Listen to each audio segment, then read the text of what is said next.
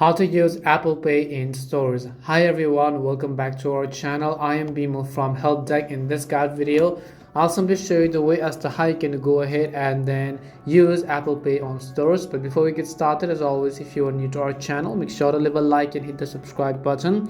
Without any further ado or delay, let's get started with today's video. Now, with contactless options becoming a standard in everything from deliveries to pickups to payments, Apple Pay has become many iPhone users' go-to payment method.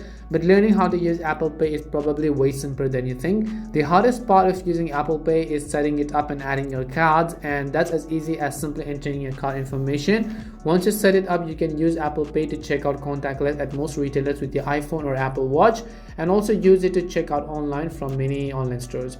So how do you set it up? Now, very first thing we have to do is, in order to use Apple Pay in stores, we have to make sure to set up the Apple Pay. To set up Apple Pay, you just need to go into settings and then find the wallet Apple Pay option. So as you can see in these images, and after you tap on wallet Apple Pay, you simply have to tap on the option that says add card and then select the option called debit or credit card from the add to wallet section over there on the right hand side of the screen. And once you add your card to your wallet, you can edit your settings to suit your needs. You can choose to enable app cache, enable the double click side button to work as a shortcut for Apple Pay, and express transit cards to pay for transits automatically without passcode or Face ID.